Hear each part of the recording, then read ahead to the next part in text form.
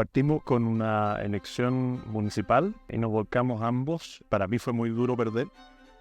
Y ahí Pía fue muy importante porque me dijo, no todo es lindo, sino que tú también tienes que encontrarte y a veces confrontarte. Era el ministro de Relaciones Exteriores y ella es la ministra del Interior. Fue un proceso largo, porque la verdad es que yo odiaba la pandemia porque me robó a mi pololo, a mi novio. Podríamos decir que vuestro secreto como matrimonio es... Una relación con Dios, la fe, es muy importante, pero la institución nuestra era el martes de pololeo. ¿Cómo me siento yo? ¿O qué pasa entre nosotros? Son temas álgidos. Eso a los hombres no nos cuesta más, que quizá nos metemos más en nuestra cueva, o sea, en algún punto quizá más crítico de la familia. Oye, voy a cambiar de trabajo porque me lo pide la familia. Creo que el trabajo de la mujer es muy poco reconocido, incluso por la misma mujer. Entonces podríamos decir que dejaste de ser feliz. Yo he sido infinitamente feliz, porque la tarea es igual de grande. Es poder decir, en realidad, este es un hijo de Dios y yo soy una encargada de velar porque esta persona llegue a ser lo mejor de sí mismo. El trabajo de los padres es demasiado importante hoy día. Yo me daba cuenta que la pantalla los capturaba y los volvía ciegos, sordos. Y también entran temas como la pornografía. Absolutamente. ¿Y creéis que en las familias numerosas las alegrías se multiplican y las penas se dividen? A la de 3. Bien, pues tenemos una nueva tertulia y esta es muy especial porque es desde México, con un matrimonio también muy especial. Y queremos tocar el tema de la familia, los hijos, la conciliación y cómo lo pueden... tienen 9 hijos, ahora nos lo explicarán, pero cómo pueden conciliar. ¿Tengo que explicar cómo se hacen los hijos? No, por favor. ¿Cómo conciliar la vida política con la vida familiar? Sí, y ahí también me encantó lo que comentabas, Pablo, que detrás de todo gran hombre hay una gran mujer. Por eso también... yo creo que Pía va a ser la es protagonista, la que realmente... porque detrás de todo gran hombre, que puede ser pues, el futuro presidente de Chile, hay una gran mujer. Y ahora conoceremos a Pía y a José Antonio, que ya lo conocéis si habéis visto la entrevista. Vamos a romper los esquemas. Y aquí hay un se va a hombre poner... detrás de una gran mujer. También es verdad. Pues, ¿cómo estáis? Muy bien. Yo me disculpo por interrumpir la presentación. Para nada. Pero no hemos tenido muchas oportunidades de ser entrevistados por jóvenes tan emprendedores. Bueno, muchas gracias. Y es una motivación para nosotros poder compartir parte de nuestra vida con ustedes. Así que gracias por la invitación y espero que sea muy, en Chile decimos relajada, tranquila, donde vamos a hablar de todos los temas, incluso aquellos que te puse nervioso cuando dijiste cómo se hacen los hijos. Que lo podemos explicar perfectamente, porque yo de biología domino. Y aquí vas a tener una gran contradictora de todo lo que tú planteé en piano. Gracias por la invitación y felicitarlos por la iniciativa que han tomado de hacer tertulia. Pues muchas gracias. Yo, antes de empezar, quiero saber, un poco de la vida de los dos, la tuya ya la conozco un poco, pero ¿qué habéis estudiado? ¿Qué es lo que os mueve a hacer cosas? ¿Y cómo un poco os conocisteis? ¿Los dos sois chilenos o no? Contarnos. Bueno, yo soy chilena de tomo y lomo. Nací en Santiago, mis padres, los dos chilenos. Viví en un área rural, estudiaba en el colegio en Santiago y me movía todos los días al colegio. Después de estudiar en la Universidad Católica, donde conocí a José Antonio, estudiamos la misma carrera de Derecho, y nos recibimos en el 89, tú, el 90 yo, nos casamos en 91, y bueno, y ahí empezó, bueno, yo personalmente ejercí mi carrera durante 2 años, tenía una oficina que mi suegro, muy amoroso, con la intención de apoyarme en esto de que yo emprendiera con mi carrera, nos apoyó con una oficinita y con una amiga empezamos a trabajar ahí. Y yo dije, bueno, seguramente la gente, no sé si nos va a dar mucho boleto, digamos, o sea, no nos prestará mucha atención porque estábamos recién egresados en la universidad. Y yo tenía a mi hija mayor recién nacida y esperaba el segundo. Y bueno, y estuvimos ese año trabajando y la verdad es que el trabajo superó todas nuestras expectativas. O sea, llegaba mucha gente a consultarnos.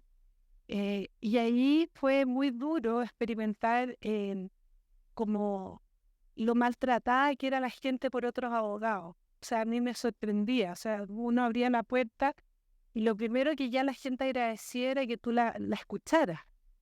Y, o sea, bueno, yo he sido siempre muy mala negociante y con mi amiga nos dedicamos con toda devoción a atender a nuestros clientes.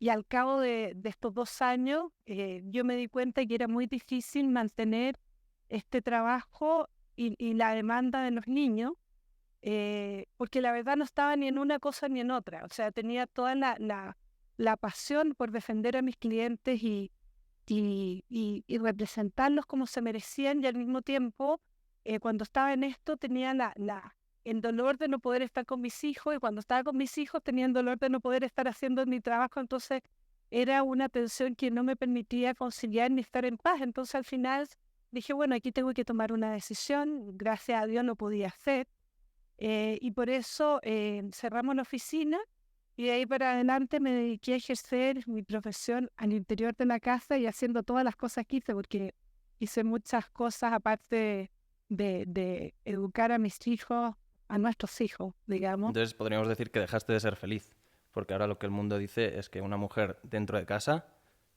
está... ¿Cómo es eso? Todo lo contrario. Yo Se ejerció la ingeniería, la medicina, la economía, todo desde una base jurídica, porque además es abogada, tú no quieres discutir con ella. Además ganaba todos los pleitos al interior de la casa, pero no conozco mejor médico que Pía, no conozco mejor arquitecta que Pía, no conozco mejor ingeniero que Pía, no conozco mejor jardinera que Pía, no conozco mejor peluquera que Pía. Es decir, es totalmente multifuncional y uno se siente como que no es capaz de hacer nada. Chef, enfermera, cazadora de monstruos, contacuentos. Los monstruos los cazo yo. Ah, te encargabas tú de... Los ratones y las nauchas, eso los cazo yo. El resto de las cosas no sabría manejar. De hecho, una vez arrancó una culebra. Mis niños habían capturado, porque vivíamos en el campo, entonces habían capturado una culebra, y yo, Estaba en un terrario. enemistad entre la culebra y la mujer, bueno, era yo con este bicho metido aquí. Me acuerdo que veníamos de vuelta del colegio con los niños y ella dice, "Cabello, si se arranca ese bicho, yo me voy de la casa". Bueno, y llegamos a la casa y de repente pasa una niñita y me dice, mamá, ¿qué dijiste tú? Que si se arranca la culebra, se pálida, se voy a morir.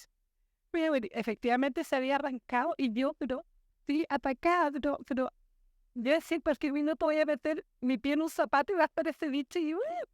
Entonces, bueno, me voy de esta casa, y justo venía llegando él, me rescató porque buscó, sacó todas las cosas hasta que encontró la culebra, me la mostró y se la llevó en eso. No, pero La culebra fue libre. Salió del terrario y recuperó su libertad. Pero en general, yo he sido infinitamente feliz. Creo que el trabajo de la mujer es muy poco reconocido, incluso por la misma mujer. Yo creo que por la conciencia que tuve, la tarea que me tocó asumir como madre de mis 9 niños y teniendo a José Antonio en una tarea pública, de la cual después les contaré cómo me enamoré, pero en el fondo era difícil llevar toda la tarea educativa sin él. Entonces, lo primero que me tocó fue asumir la responsabilidad de la educación, porque yo no podía esperar cuando sucedían las cosas de que llegara el papá a poner orden. O sea, o yo ponía orden o la cosa no iba a funcionar. Entonces, me funcionó muy bien una fórmula que está escrita, digamos, en los libros, que es la firmeza y la ternura. Entonces eso se nos da a las mamás, de poder ser muy, muy firme y al mismo tiempo muy tierna. O sea, en todo el servicio, en todas las caricias, en toda la ternura que tú le puedes dar a un niño, tú vas cultivando el amor. Pero eso te tiene que servir con un propósito, y el propósito es el bien de cada hijo. Y como tú los conoces, tú los has engendrado, tú puedes ver en cada uno de tus hijos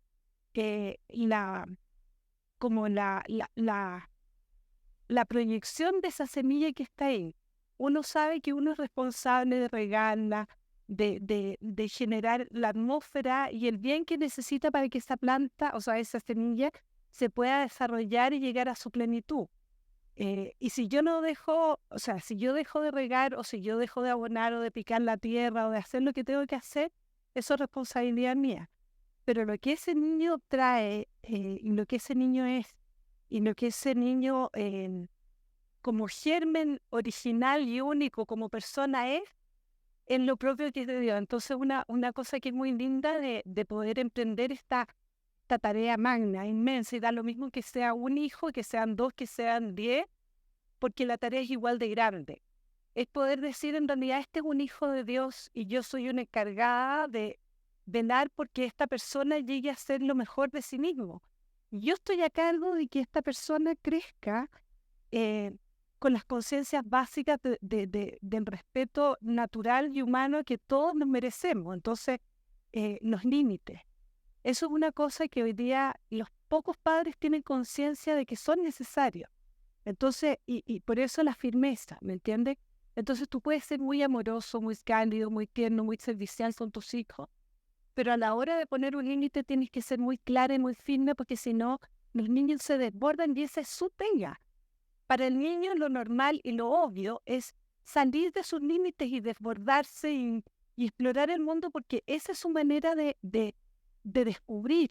Entonces los padres estamos para poner los límites donde han sido traspasados y enseñarle al niño dónde está aquel borde que no puede traspasar para no atropellar lo que es también la libertad del otro, el espacio del otro.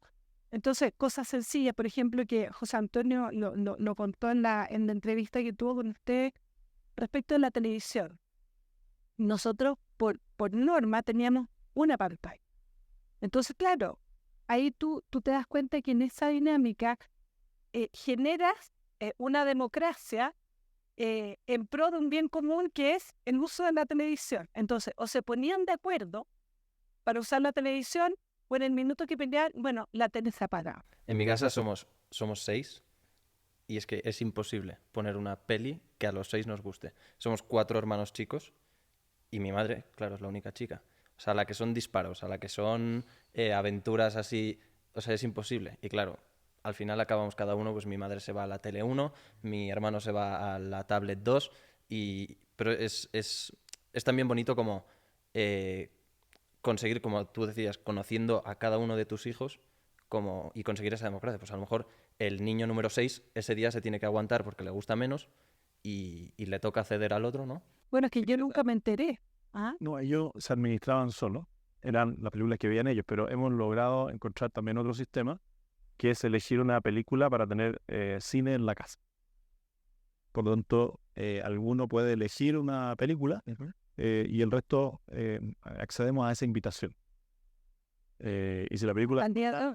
Todos vemos la película y después le podríamos hacer la crítica constructiva de por qué tuvimos que ver esa película, pero a la próxima semana le puede tocar a otro.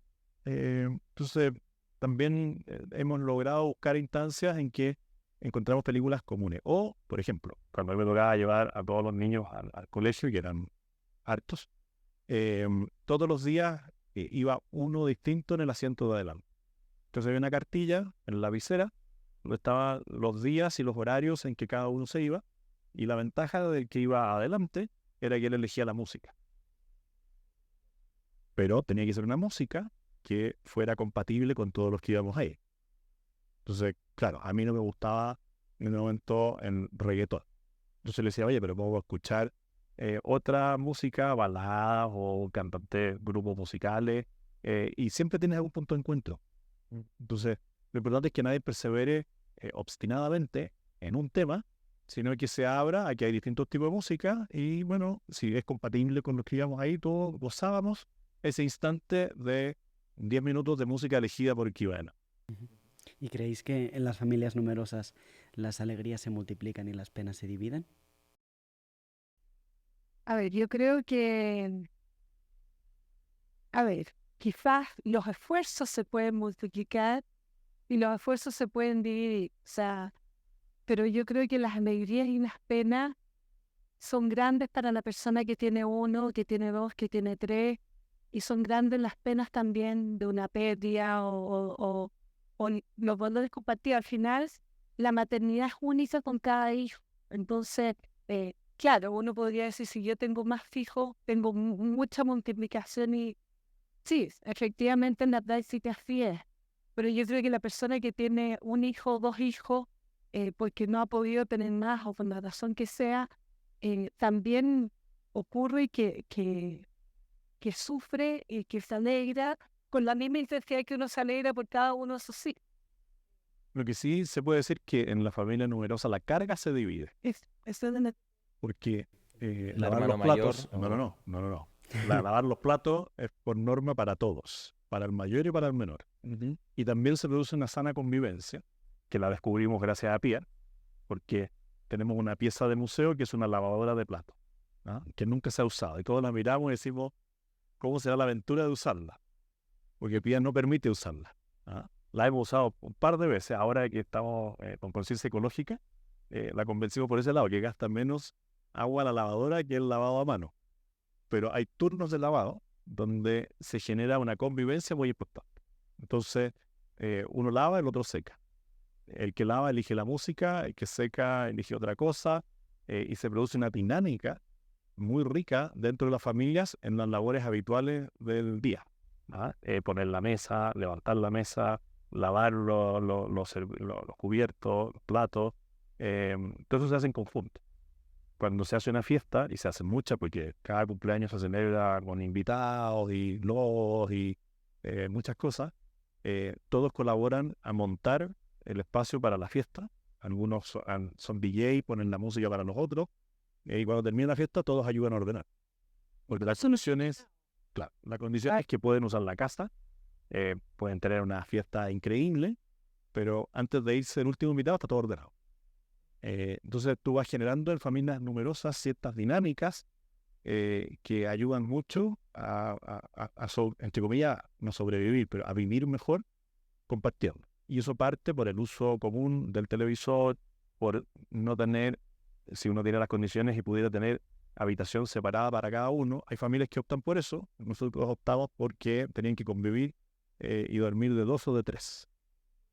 Y eso fue muy sano en lo que hicimos de familia. Ahora, en nuestro proyecto como educativo familiar, digamos, está también la conciencia de decir, bueno, estos niños algún día se van a querer casar. Hay que prepararlos para eso. Para que vuelen. No, Y para que aprendan a compartir. prepararlos para el matrimonio. Porque en el fondo, la tarea del matrimonio es una tarea de mucho servicio. Entonces, cuando tú llevas una vida muy cómoda y tú en el fondo estás acostumbrado a que todo se te haga, bueno, tú no te das cuenta que de repente te tienes que hacer cargo de tu vida, o no solo de la tuya, sino que de la tuya y del que va al lado tuyo. Y partir de 0 a 1000 es un salto muy grande.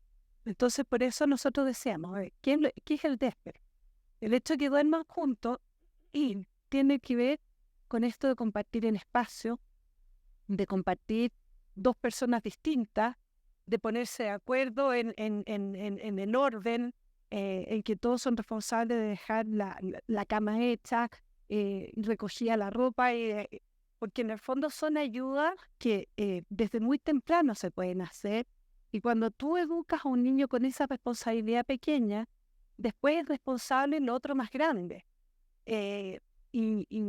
Y eso también te va preparando para el día de mañana, cuando tú adquieres el compromiso por un matrimonio, a que tú puedes hacer las cosas básicas y satisfacer el amor a través del servicio, que es una cosa muy simple, pero que cuesta. Entonces yo decía, bueno, estos niños me lo van a agradecer, porque el tema del lavado de platos, por ejemplo, es una instancia que a mí me encanta.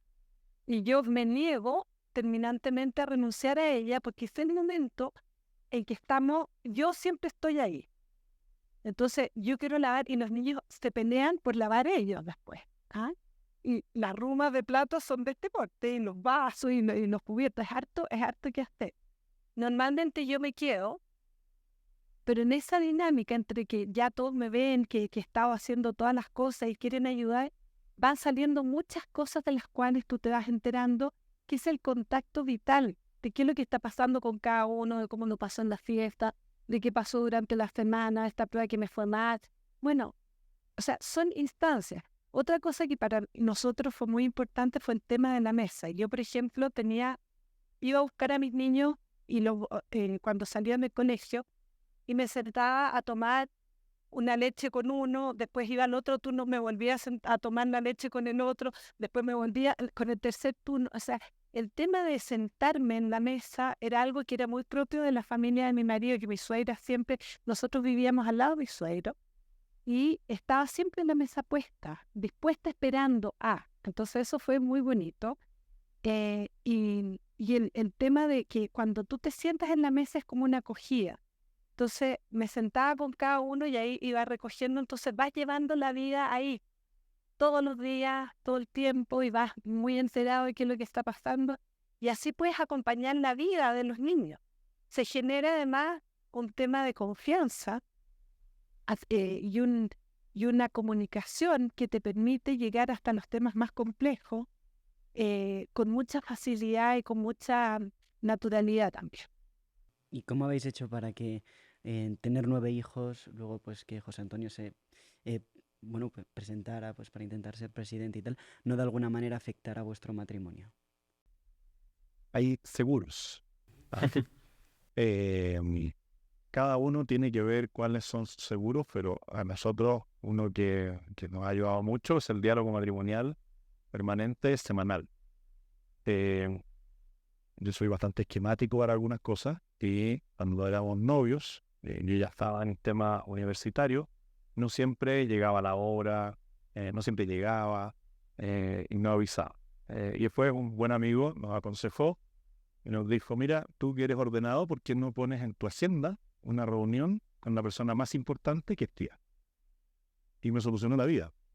Entonces yo todos los martes anoté reunión tía a las 7 de la tarde. Como parte de tu propia agenda. Claro, entonces todos mis amigos, y después en política, todos sabían que yo ese día lo tenía reservado para el diálogo matrimonial.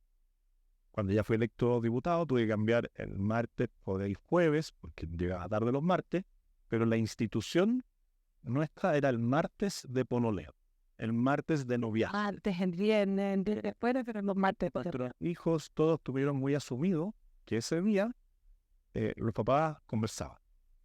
Y si no podíamos salir a tomarnos una bebida, a comer un sándwich, íbamos al living de la casa o a la cocina y no entraba nadie, porque estábamos pololeando. Hay seguros que sirven mucho. Un seguro del diálogo matrimonial, que es este martes de pololeo. Otro seguro es el día domingo de familia. Nosotros somos católicos practicantes. La misa dominical es parte de nuestra vida. Y eso fue parte de también la vida de familia, el sentarse a la mesa, a almorzar o a comer juntos. Otro seguro era que mientras yo era parlamentario, yo podía ir a dejar a mis hijos todos los días al colegio. Y ahí tenía una instancia que era el desayuno más la ida a dejarlos al colegio, de conversación con cada uno. Después una salida al mes con cada hijo solo. Resguardábamos también un periodo de vacaciones en el receso legislativo. Tomábamos vacaciones en familia, todos juntos.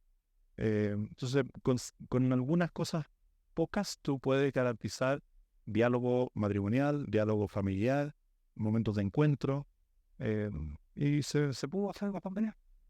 Y lo bueno es que en la medida que uno lo va experimentando, se termina valorando mucho, porque en la experiencia lo que te demuestra lo valioso que es. O sea, uno no sabe lo bueno que es hasta que lo practica. Muchas amigas mías me decían, por ejemplo, hoy qué envidia, qué ganas de tener martes de pololeo. Bueno, ¿y por qué no los tienes?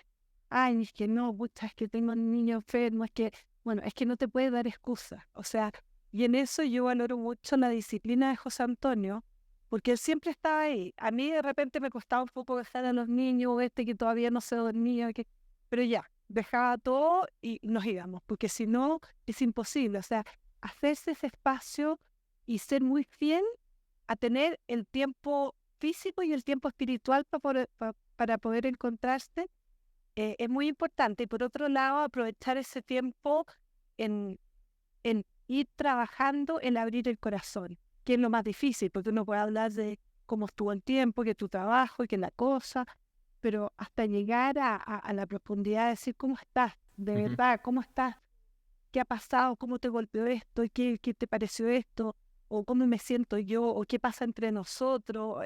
Son temas álgidos. Eso a los hombres no nos cuesta más, que quizá nos metemos más en nuestra cueva y el corazón lo tenemos ahí amarrado. Bueno, por eso somos importantes las Y ahí mujeres. estáis. Eso es. Eso Que es. sois todo lo contrario, no dejáis de hablar y... Cuidado con lo que dices. Te estás Toma- arriesgando. Danger, Toma chapas, toma danger, chapas, toma danger. chapas. No, pero es esa complementariedad Sí, la idea es poder llegar al corazón del hombre y enseñarle al hombre a abrir su corazón. Porque naturalmente los hombres efectivamente son más, yo creo que introvertidos, más reservados, o también un poco como siempre vertidos hacia afuera y poco conectados con ellos mismos. Entonces, esa es la tarea de complemento que le corresponde a uno como mujer, o sea, el trabajar en el quién soy yo como persona, que normalmente los hombres no es un tema que sea de cotidiana reflexión, Ya. salvo que ustedes estén en un retiro o en una cosa que... Pero si están en la tarea, o sea, ni lo piensan, están haciendo. Los hombres son de la realización, entonces el haber tenido estos tiempos para poder conversar te lleva a un nivel de comunicación que a lo largo del tiempo, por supuesto que no es de un minuto a otro, pero a lo largo del tiempo genera una comunicación que es muy profunda y una comunión que es muy linda también. Eso. Hay veces que yo no quería llegar a Marte Polonés, porque iba a ser brutalmente reprimido. ¿Ah? Entonces no todo es miel sobre hojuelas, no todo es lindo, sino que tú también tienes que encontrarte y a veces confrontarte para llegar a una convivencia sana, porque venimos de mundos distintos, ¿ah? Familias distintas, costumbres distintas. Culturas distintas, porque no era solo hombre, sino que además era un hombre alemán, germánico, directamente importado. No, yo fui hecho made in Chile. Ok. Yo soy chileno como los porotos. Que mis padres hayan sido extranjeros es otra cosa. Que yo tenga aspecto más alemán es otra cosa. Yo soy chileno. Claro, pero en las costumbres ahí uno se da cuenta y da lo mismo, porque en realidad da lo mismo de donde uno sea. Ya el hecho de ser dos personas distintas y hombre y mujer ya genera el tremendo desafío de generar este espacio o esta forma de comunicarse que te lleva a la larga a entender qué significa ser como una sola cosa en el fondo. Compartir el corazón, compartir más allá no sé, de solamente la cama, solamente el techo, o sea, es mucho más profundo. Claro. O sea, podríamos decir que vuestro secreto como matrimonio es la comunicación. O sea, la importancia de la comunicación y más teniendo tú la vida política que te exige, ¿no? Tú tienes buen diálogo de pareja, buen diálogo matrimonial, tienes un camino avanzado enorme. También en la relación con los hijos, porque la raíz de este árbol es la relación de los padres. Me ha encantado lo que has comentado en la entrevista de que yo te he preguntado, ¿el mejor regalo que puede dar unos padres a sus hijos pues es tener hermanos, etcétera? Y bueno, me has comentado que realmente es el buen... O sea, me has comentado que la buena sintonía en el matrimonio realmente es como el gran regalo, ¿no? Y que los hijos quizás son producto de ese amor o sea, del matrimonio, ¿no? Y también los hijos aprenden, si hay diálogo de verdad entre los padres, no aparente, también aprenden dentro de lo que son los niños a dialogar, a conocerse, a pesar de todas las tensiones, porque claramente con 9 no siempre la cosa es fácil, ¿ah? Y los niños a veces se apasionan en la defensa de algo, de una idea, y se generan tensiones. Pero tienen que aprender a salir de la tensión y del conflicto, y nosotros también tuvimos que aprender a conocernos, a vivir en común.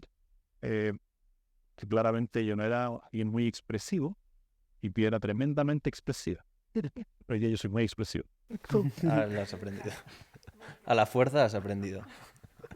Podríamos Es que viajar. no lo había descubierto. Si ese era el problema. Ah, Estaba muy Estaba dentro todo de mí. en él, estaba todo ahí.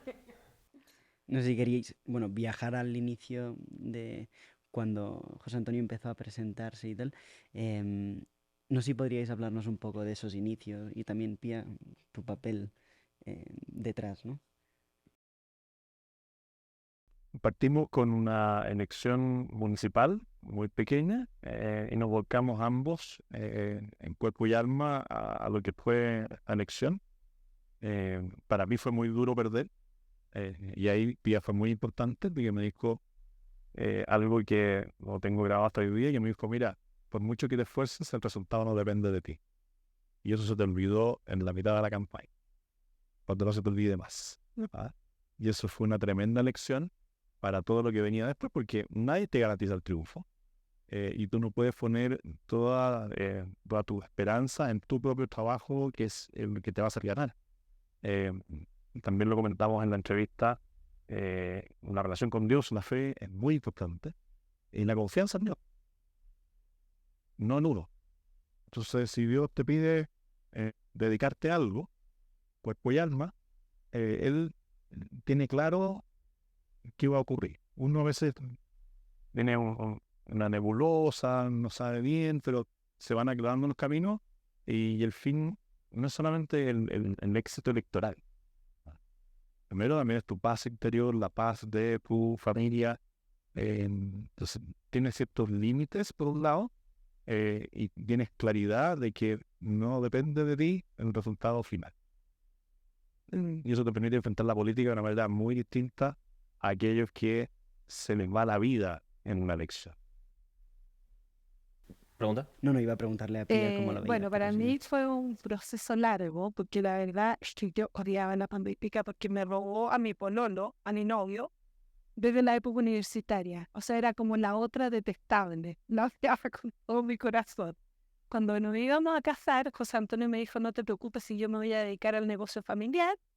Y yo estaba de lo más contenta y feliz, pero en el fondo de mi corazón yo sabía que esta ocasión estaba ahí. Yo lo conocía muy bien, así que como que lo tenía claro. Así que después de 5 años, yo creo, o menos, en el 96 nosotros nos casamos, 5 años, ¿sí? Llega y me dice, me dejaría, porque muy respetuoso, vino a consultarme para ver si yo le daba el primer voto, si no, ¿cómo? Entonces, podría ser candidato. Le dije, ya feliz, pero yo necesito acompañarte, porque si yo no voy y no conozco, o sea, de verdad que esto nos va a romper, o sea, no puedo. Y ahí fue que empezamos a hacer campañas juntos y nosotros teníamos los 3 niños mayores que tenían, no sé, 4, 3 y 2 y estaba esperando el cuarto. Eh, y, y bueno, y en ese tiempo dejábamos los 3 niños durmiendo y partíamos de 8 hasta las 2 de la mañana recorriendo lo que era la comuna por la que él se estaba postulando. Entonces, por primera vez en ese recorrido vi las caras de las personas que eran normalmente sectores de mucha pobreza, personas que nos abrían sus lugares y sus casas con una generosidad y con una dulzura y una amabilidad, pero que me enamoraron así perdidamente. Y yo dije, aquí esto vale la pena, vale mucho la pena. Me acuerdo que yo cocinaba porque el comando era como una extensión de mi casa, el comando político. Entonces llegaba con una olla como de este porte con comida y habían unos niños, de estos típicos niños de población que andan peluceando y que eran parte hasta el día de hoy. De repente me los encuentro y, y bueno, y en el fondo se dio una dinámica muy familiar en todo este proceso y eso a mí me encantó. Ahora, en la elección siguiente ya teníamos 6 niños y ahí tomamos una decisión juntos de, en el fondo, separar aguas y yo me iba a dedicar por completo a lo que era el frente interno y él al frente externo. Era el ministro de Relaciones Exteriores y ella es la ministra del Interior. Ok. Claro. Entonces yo fuera del espacio del hogar podía decir lo que yo quería. ¿Ah? Era libre. ¿Ah? Al interior mandaba Mandaba la jefa. la jefa. Y en el exterior también, pero para sentirme libre Pero de alguna parte. te dejaba mandar. Claro. Te dejaba. ¿Y alguna vez os habéis planteado tú el dejar la política? O sea, en algún punto quizá más crítico de la familia, oye, voy a cambiar de trabajo porque me lo pide la familia. Es que nunca me lo han pedido, ¿verdad? La vez que me lo plantearon fue por una situación de violencia extrema que me tocó vivir, y fue por el sentir el riesgo de perder al papá por una causa política. Eh, y ahí tuve una muy buena conversación, siempre muy de acuerdo con Pía, de que era algo por lo que sí valía la pena jugarse la vida. Y cuando se logró eso, bueno, era el momento en que se produjo esa tensión, antes nunca se produjo, y tenemos nunca llevamos la política al ámbito del hogar, y eso también fue muy sano. Entonces, se daban situaciones muy curiosas. Por ejemplo, yo era parlamentario, estaba en la Comisión de Educación, me tocaba todas las semanas discutir con el ministro de Educación de izquierda las políticas educacionales que querían copiar de España y las llevaron a Chile. Muy malas políticas de educación, muy malas, una mala copia de la madre patria, y las impusieron. Pero yo me opuse tenazmente a muchas de esas políticas de educación, pero yo no llevaba mi discusión política al hogar. Y se dio una buena ocasión que mi hija mayor, viendo las noticias en la televisión, ve a este señor, al ministro de Educación, y dice: oye, papá, qué interesante lo que dice este señor, estoy de acuerdo con lo que dice. Y yo dije, estoy equivocado, tengo que hablar de política con mis hijos, porque claramente no le he transmitido todo el mal que él quiere hacer de la educación en Chile y que yo estoy defendiendo. Pero ahí tú te das cuenta de que no hubo una contaminación cruzada de la política a los hijos, porque yo no le transmitía mis problemas o las discusiones que tenía en el Parlamento al hogar. Yo llegaba a la casa y era el papá. Le llevaba al colegio, lavaba platos con ellos, rezaba con ellos las noches, todo lo que hace un papá que no se dedica a la política y que no lleva su carga emocional para transmitírsela a sus hijos. Claro, cuando llegó ese momento dije, algo tengo que decir, a lo que me dedico, por lo que lucho, y bueno, hoy día puedo decir con orgullo que todos mis hijos votan por mí. Lo has conseguido, 9 de 9. Bueno, No, 8 de 9 porque uno todavía no tiene derecho a voto, pero bueno. estoy seguro que cuando tenga también va a votar por convicción, no por obligación. lo otro que fue interesante, que cuando José Antonio se retiró del partido y iba a ser candidato a presidente, en el fondo iba a salir publicado en el diario y mis niños no tenían la más remota idea, porque nunca se enteraban de nada más, porque yo ya no veíamos mucha televisión, no veíamos noticias. Vivíamos bastante desconectados de la realidad política y de todo, como para no contaminar el ambiente familiar y no pasar ni sustos de más, ni enojos de más, ni nada. Y le dije, bueno, ahora parece que sí te vas a tener que sentar porque sabes que sería feo que los niños se enteraran que el candidato a presidente es su papá y ellos no hubieran sabido primero. Así que mejor hablamos con ellos y les explicamos además porque es muy raro. O sea, es como que, no sé, un día llegue tu papá y te diga, oye, voy a ser presidente de la República. O sea, todos los personas... Candidato. No, nunca Candidato, dije que iba O a sea, ser. perdón, candidato. Sí. ¿Y podríais continuar hablando un poco de cómo habéis conseguido proteger de la sociedad, de la política, a vuestros hijos? Creo que lo primero es que ellos nunca se consideraran distintos porque su padre fuera parlamentario. Porque hay muchos padres que como que le transmiten a sus hijos que tienen una condición distinta al resto porque su padre es importante. Por la razón que sea. Tú de repente ves hijos de personas que se dedican al tema artístico, al tema político, y dicen, no, es que mi papá es muy importante. ¿Ah? Eso es lo primero que tú tienes que evitar que ocurra, que él trate de instalarse como alguien importante por lo que pudo o por lo que está haciendo su padre. Cada uno tiene que valerse por sus medios y validarse frente al resto, él como persona, y no por ser hijo de. Y eso yo creo que se logró muy bien. Cada uno siempre en su espacio se validó por lo que era él, no por la familia de la que venía, o por los bienes o los recursos que podía tener, o por las condiciones que tenía el padre o la madre. Entonces evitamos ahí un tema que un niño puede malinterpretar que el padre pueda ser alguien políticamente relevante, ¿no? O artísticamente relevante, o deportivamente relevante. Y lo otro es que como vivíamos fuera de la ciudad, también el ambiente es más tranquilo que en la ciudad misma. Era una época donde todavía no había tanta interconexión de redes sociales, no era la inmediatez. Hoy día, claro, es distinto porque yo pongo un tweet y ellos pueden tener acceso directo al tweet. Se enteran inmediatamente, es instantáneo. Antes no era tan así. Cuando si yo tenía debates en el Parlamento o hacía giras por el país, ellos no tenían cómo dar a día, enterarse de lo que estaba ocurriendo. Hoy día ya la inmediatez atenta un poquitito contra esa privacidad, pero yo creo que lo más importante fue que cada uno se consolidara como persona única. Pero eso es el trabajo también de la educación, o sea, en valorar lo que son sus logros, en ir acompañando también en crecimiento. Es el trabajo de la vida, de la paternidad y de la maternidad.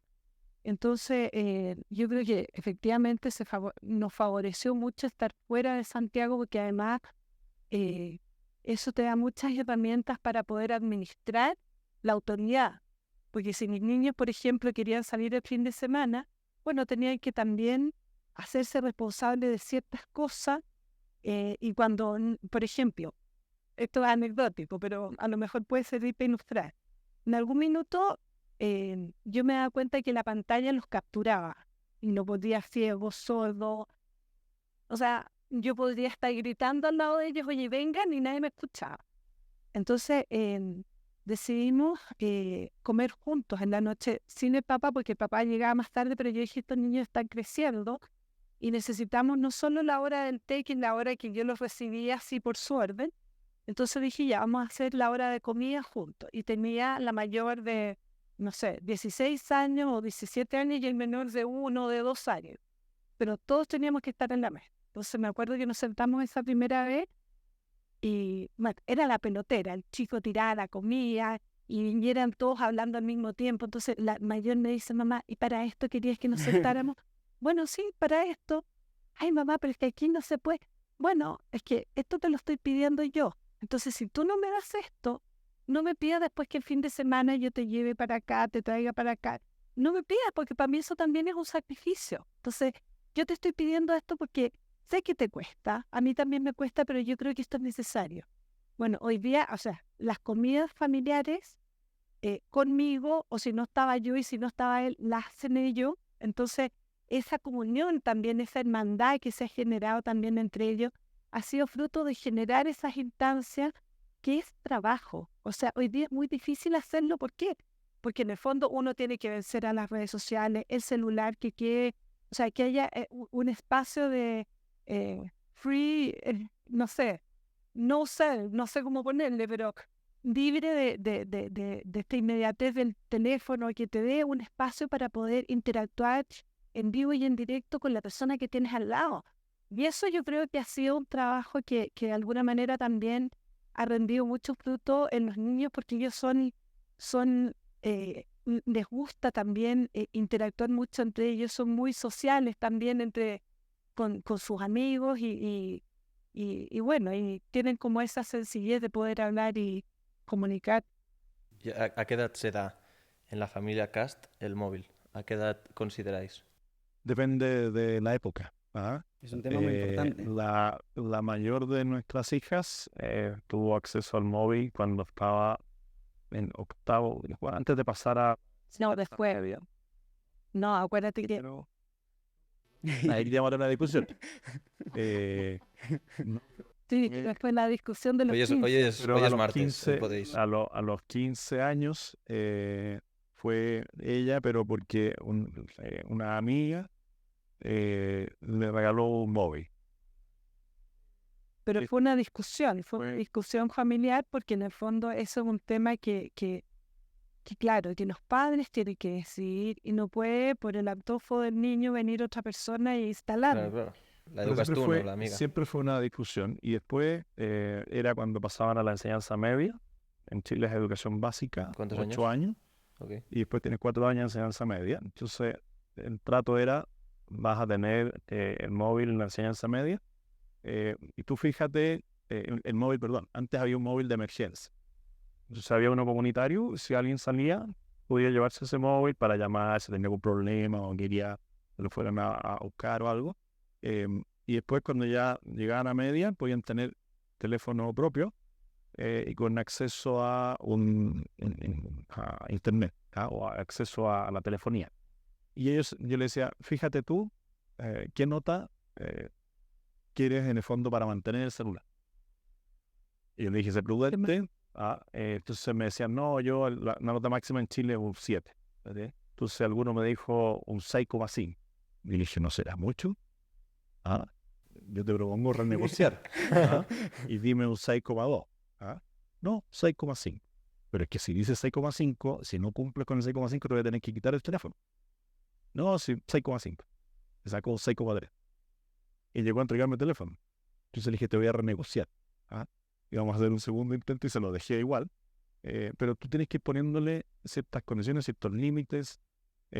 Hoy día creo que cada vez es más difícil porque el ambiente lleva a los niños muy pequeños y los niños nacen con esa habilidad Un tercer tecnológica brazo casi. que nosotros no teníamos.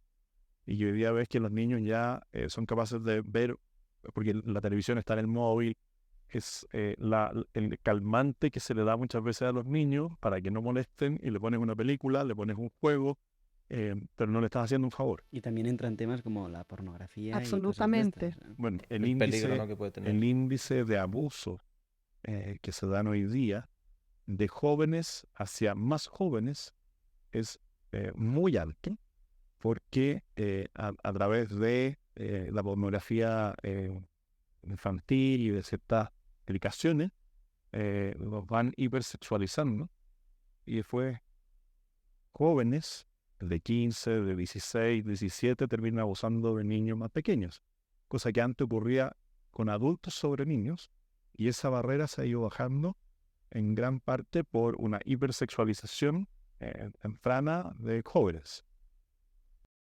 Ahora, yo creo que eso va acompañado mucho de la administración personal. O sea, yo creo que el trabajo, que es un poco uno a uno de un proyecto de vida, de aprender a administrarte, porque finalmente es el mundo que te toca vivir. Uno podría decir, es que te voy a quitar el celular, pero es que uno no hace un favor con eso, porque finalmente es el medio y que te toca administrar para comunicarte muchas Es veces. inevitable. Es inevitable, pero el punto cómo tú conviertes esto, que puede ser un cuchillo y lo usas para cortar la carne y no para matar, ¿me entiendes? Es como, o sea, es una herramienta, y usarla en libertad y saber administrarla para un buen uso y no para todo lo que hace daño, también es parte del desarrollo personal, y en eso hay que estar muy cerca también como padre. Y en ese sentido es una garantía tener una buena comunicación con los hijos, porque a través de eso tú también puedes irte enterando también cómo va la vida, esa vida cotidiana, y cómo poder aconsejarle y mostrarles, ser más bien un espejo, y que ellos mismos vayan optando por lo que les conviene. Y el no crear tabús, ¿no? O sea, que si toca hablar de pornografía, No. oye, se habla, se ordena, se explica bien, Si no se porque lo si explicará el vas móvil. evitando, ¿no? Al final, lo que evitan los padres son lo que más al final quieren los hijos, por ese morbo, y que la pornografía al final es la cosificación de la mujer, que las primeras que tendrían que defender esto son las feministas, o quizá estos movimientos más de la mujer y la degradación animal del hombre casi, ¿no? Y que llega, ahora mismo creo que la media es a los 6, 8 años ya se empieza, Sí, al menos en España. sí, es muy dramático lo que pasa, y por eso es que yo creo que el trabajo de los padres es demasiado importante hoy día. Y es un trabajo que al principio tú me decías si fui feliz o no fui feliz. Fue tremendamente desafiante, y he sido tremendamente feliz siendo madre de estos 9 niños y ejerciendo mi maternidad. Y yo les dije, ya están cegados, porque además mi maternidad no se acaba a los 18 años, ni a los 25, ni a los 32, ni después de que me muera. Yo voy a ser su mamá.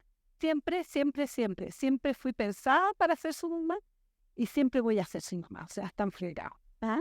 ese instinto materno está dentro del amor. Sí, sin duda, es una cosa muy connatural y muy poderosa, muy poderosa. Y también preguntaros, ¿y cuál es la Chile que soñáis para vuestros hijos? Un Chile donde se vuelva a respetar al otro, un Chile donde prime la libertad, en el amplio sentido, lo conversamos también en la entrevista, la libertad de los padres de ser los primeros educadores de sus hijos, la libertad de emprender, la libertad de elegir el proyecto educativo para tus hijos, pero de esto parte de respetar al otro, cosa que lamentablemente se ha ido perdiendo en nuestra patria.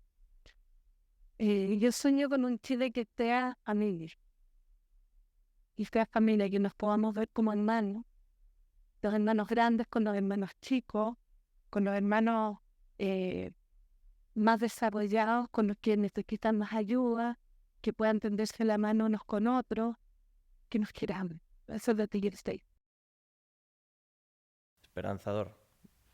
Y para terminar ya, ¿qué consejos daríais a los padres? Vosotros como padres expertísimos de 9 hijos.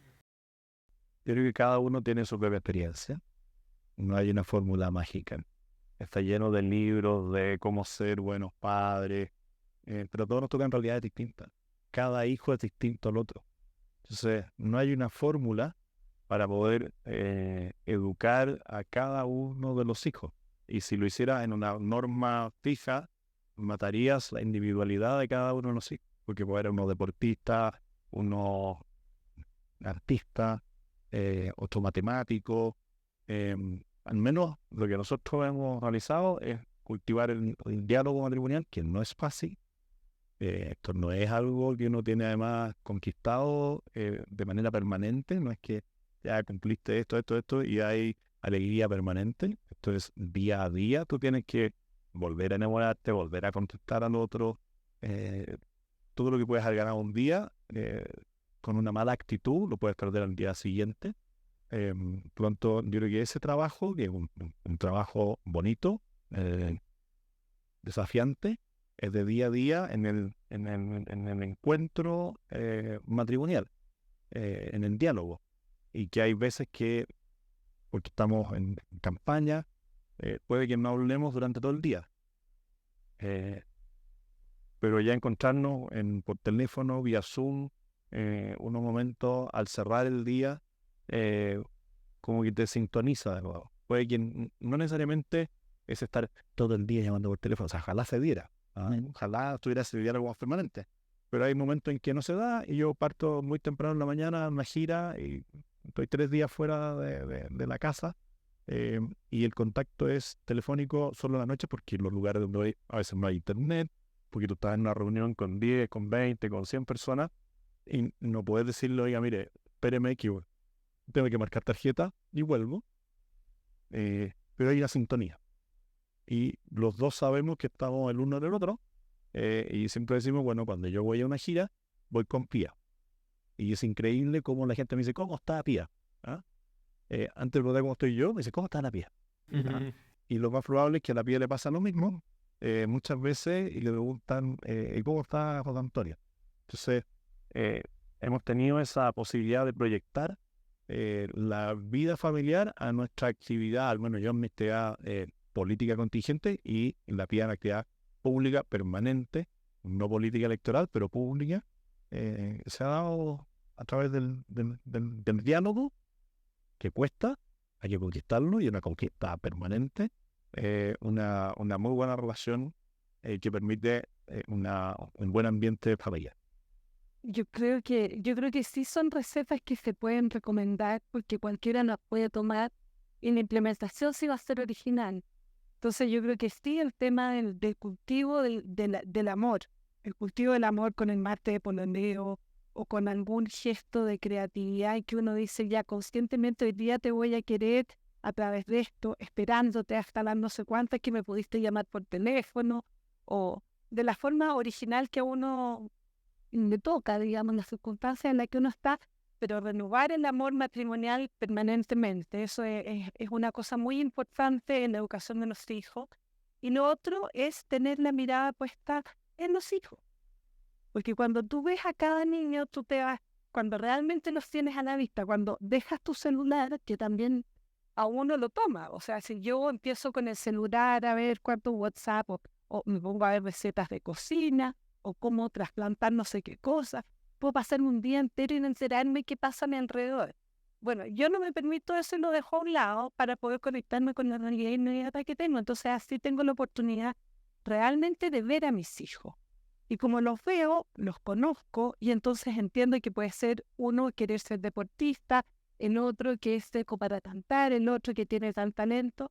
Y así uno puede ir haciendo su tarea educativa, potenciando lo que decía José Antonio, la originalidad de cada uno, si no tiene para qué ser una tabla rasa, sino que simplemente cumplir con la tarea de potenciar lo que cada uno es y ordenarlo en torno al mayor bien de sí mismo y de los demás también, porque no somos solos, sino que somos familia.